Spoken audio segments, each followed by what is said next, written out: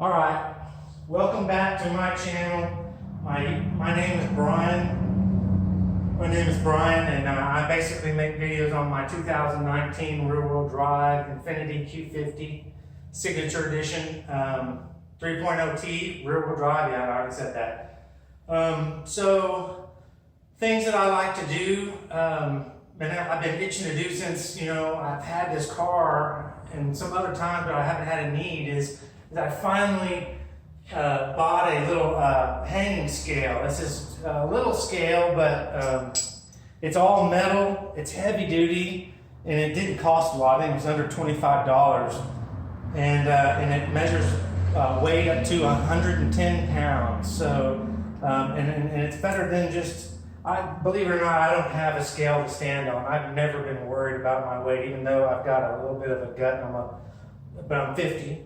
So, I think I'm in pretty good shape for 50, but I just never, long story short, never had a scale. I don't feel like weighing myself. So, I've never been able to weigh wheels, exhausts, different parts, without driving up to the UPS store and, saying, making up a story and put that on their scale and have them weigh that for me, which is a pain in the ass anyways, just going and doing that. So I finally got a scale. So big step moving forward. I'm really excited about this because all the parts I get, I can weigh what came off the car and what I put back on the car. I can weigh, say, my mountain bike. My mountain bike is a carbon mountain bike, carbon wheels. And I add parts to it, lighter weight parts, higher quality parts.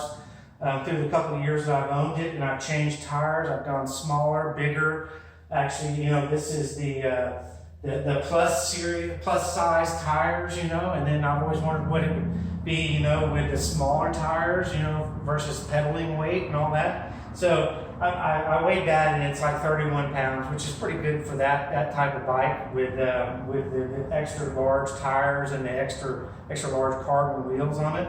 So I got that out of the way. It's 31.6 pounds or something like that. So got that out of the way. Now I know that. So I've always been intrigued and want to know, estimated wheel weights. And sorry about the echo in here. It's in my garage, and I got to have my garage door shutter. It's insane noise coming from that direction. So wheel weights and tire weights, and because what they claim is definitely not always what the actual weight is, and I'm going to go into that in more detail and show you how that happened. So we got different tires and wheels, and and not every tire, even though it's the exact same size tire, weighs the same. So there's definitely performance advantages going. Obviously, as we know, with lighter weight wheels and lighter weight tires and lighter weight parts, lighter weight batteries, lighter weight everything on our car, if we're trying to push the envelope, 0 to 60 quarter mile, just, have an all around fun car. Okay, so with that said, I've got my scale, new scale, and I'm going to weigh my new Verde 8.5 and 10-inch wheels that are supposedly, as I was told, 20 pounds and 22 pounds. So we'll find out if that's the true weight of these wheels.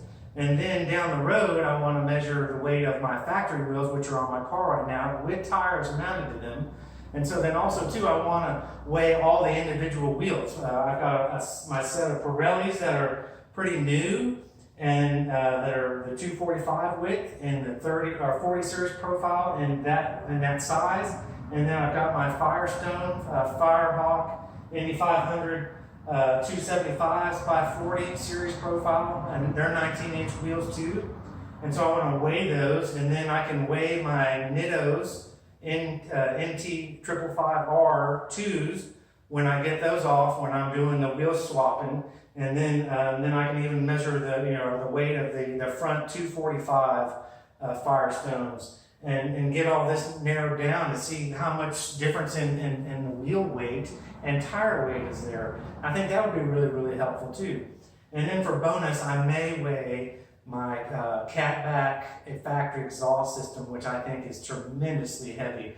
I can't take my exhaust off, my catback exhaust from that I put on aftermarket on my car, because it's obviously it's on car and I'm not going to take that off. But that was my Magnaflow, and I'm really, really happy with that exhaust. So we'll weigh the cat back and the mufflers and the full system cat back, and hopefully we'll see how much that weighs, even though that's not the subject, and wheels and tires is really the subject of going to be of this episode of this video on YouTube. So, okay, let's get to the point, okay?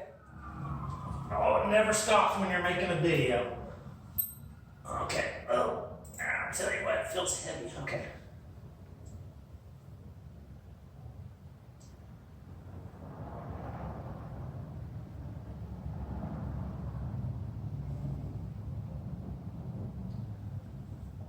All right, that says that wheel weighs 24.90 pounds. That'd be detrimental if that thing broke. But I mean, that strap has held so many things. My dirt bikes and all kinds of cans and gasoline cans and accessories. Okay, so 24.90 pounds. Put this back where it was.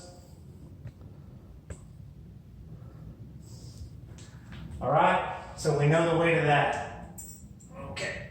Oh, I hate to drop that on the concrete. That would be horrible. Okay, so this is the Verde 10-inch wheel, and these are flow-formed wheels, so they're going to weigh less, and I'll go into a little bit more detail about that here in just a second. Cost a little bit more, and they're flow-formed.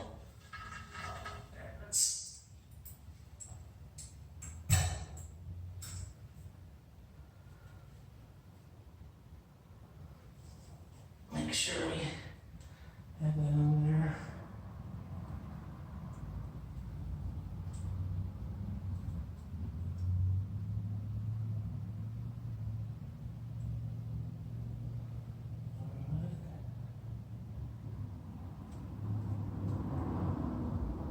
All right, that says 25.70 pounds. Let me get you a little visual reference there. 25.65 now. So 25.65, 25.70 between there. Okay, so that's the 10-inch wheel.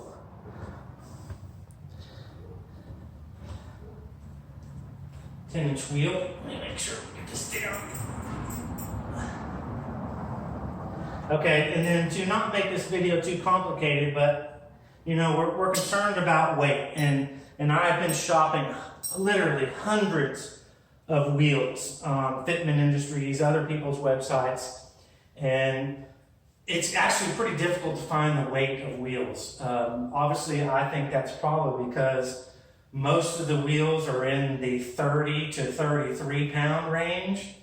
And when you're shopping for lightweight wheels, most people performance people, when they're buying wheels, weight is a consideration. So these straight cast wheels are between 31, 32, 33 pounds. It's just the way it is.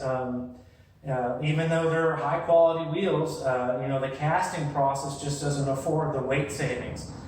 So they don't want to really advertise those weights, and I find it really, really difficult sometimes to find the weight. And I got a call, and then I get kind of a puzzled person on the other end of the phone, and it's kind of frustrating. It seems like you'd have the weight of the wheels posted, at least easily to be able to be found. So in the case with these wheels, it was difficult to find the weights, and on their actual website, the manufacturer's website, it just has a 20. Just shows 20 for all the different flow-formed wheels. 20 pounds. Is that is it just generalized 20, 21, 22, 23? And so I asked my guy, my salesperson, how much they weighed, and he seemed to be a pretty knowledgeable person on the phone, seemed very helpful, informative, and he took a while. He put me on hold, and he went back, and he obviously scrolled through some pages, came back, and he told me 20 pounds and 22 pounds. And so, you know, I just figured the 8.5 inch wheel is obviously the 20 pound, and the 10 inch wheel is the heavier one, so that's the 22 pound. So we just found out now that these are about 25 pounds, 25 pounds and about 25.65. And so that's a couple more pounds than 20 and 22 pounds. So, you know, that's a little bit frustrating, you know. I mean, obviously, that would be maybe a reason to exchange these wheels or send these back. But in the same scenario, all the other wheels that are not flow-formed, or the ones that are flow-formed, are similar weight to these. And then you have all the other really cool wheels that are not flow-formed, and they're 31, 32, 33 pounds per wheel. So, and then if you're buying the 20 pound wheel and the 22 pound wheel, like these were quoted to me, then you're basically looking at forged wheels. And forged wheels, from my looking online, just as of this month, I mean, you're looking anywhere from, you know, $600 to $1,000 per wheel. So, you know, for the extra, you know, 2.5 pounds, you know, you're going to pay an extra $500 or $600 or $400 or $500. You know, that's just up to the person to determine if they want to spend that much money. But I'm not wealthy, and so I got to be a little bit more budget friendly. I upgraded a little bit past the cast wheels and went flow form. So that's where I'm at. These wheels, I think they were about $1,400, you know, maybe $1,390, and then tax and everything, so it comes out close to about $1,700 for the wheels. No shipping. Most of the places are not charging shipping, but tax is a kick in the ass. So, yeah, so we got the wheels here. So, got those weights. Let me just weigh real quick. And also, too, while I've got you here watching, obviously this is the flow form part. You know, this is the cast part. These are cast. But what happens is they use the rotary machine to bring this out, and that's what adds strength and durability to all this and thins the material down really thin so they can make these wheels 25 pounds instead of 31 pounds. But there's a lot of weight in this area. I'm telling you, a lot of weight. Most of the bulk of this wheel is in this area right here. And then also, too, they could have come in and milled out the backs of those, you know, probably quite a bit, because there's a lot of heft there. And obviously the strength is there. Even if you milled those out and shed like maybe a half pound or even up to a pound, and you did some milling in that area, some hole drilling in these areas, then you could cut off maybe a pound to a pound and a half. But then again, you got to pay, you know, $200 to $300 more for that service. So, you know, it is what it is. Let me set these down carefully so I don't bang them around. And then what's really kind of cool too, already starting to get a little hot and sweaty in here.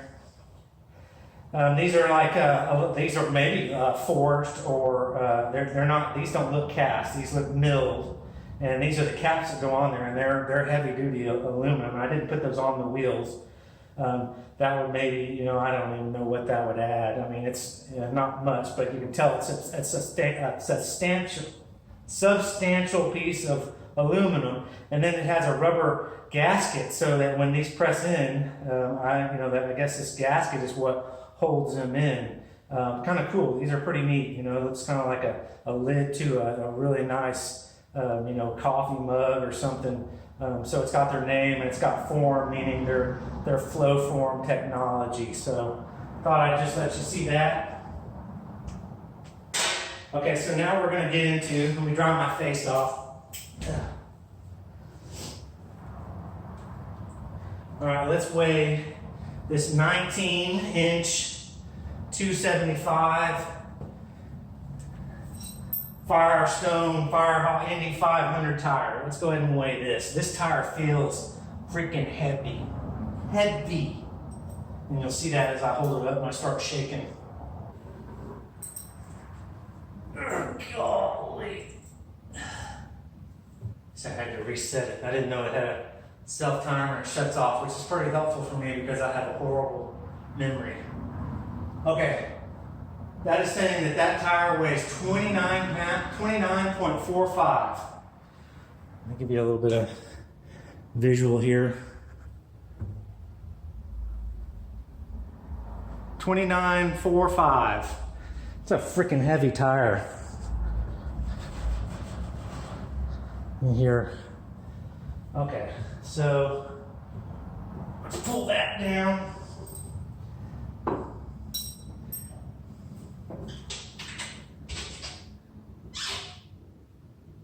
Stay. Okay, now, I mean, I really like these Pirelli tires. These were like, you know, when I bought the car, and immediately I could feel the ride, the quality of those stock run flat tires. It was just pitiful. I mean, I had the car a few days, and I was like, man, this has got to be different. And I knew it was wheel related.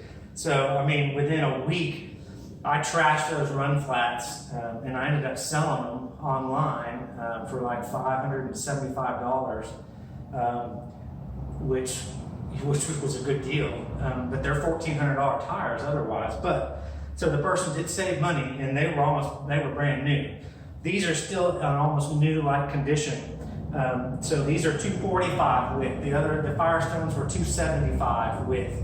A little taller profile, you know, half an inch taller. So let me weigh these. These are really good tires, man. I would say these in a 275 width would have blown the Firestones away. These were like, let me tell you the price, they were like 130, and I'm thinking the 275s were like, on the Firestones were like 170. I'm not 100% remembering those prices exactly right, but I mean, that's what I would say they cost. So I could have gotten these under 170 for these 275 if I would have thought I didn't want to go 4 squared, you know, for rotating purposes, you know, back a year ago. And I wasn't thinking, you know, when I got this car, I was going to go a little bit more bonkers on the modifications. But that's how that usually goes. So let me get this up here. Make sure the scale is on. Oh, shit.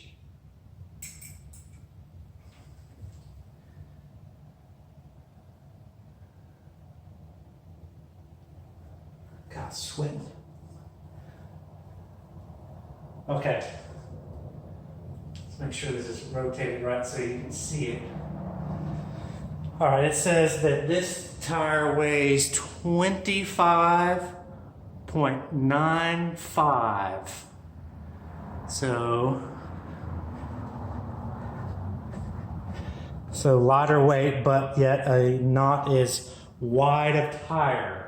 Really good tire. It was the P-zero Nero GT, but it was not the general purpose compound. It was the pure summer compound. And I don't know how they designate that, but man, you know, this compound is probably, you know, a little softer than the Firestone. I mean, just marginally softer. I mean, there's not a massive difference, but I was pretty happy with these tires. You know, knowing what I know now from the experience of buying all these different tires, these were actually pretty good tires. So, you know, take that for what it's worth.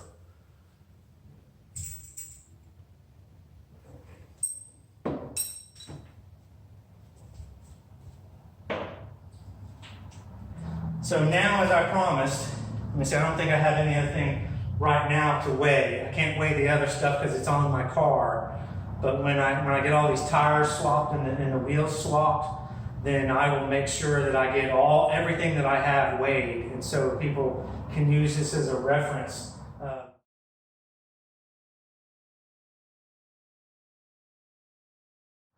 Okay, I wanted to save you the time that it took me to wire this up and hold this. This is, oh man, it seems a lot heavier than it is, but maybe it's just because of the size and the bulk of it.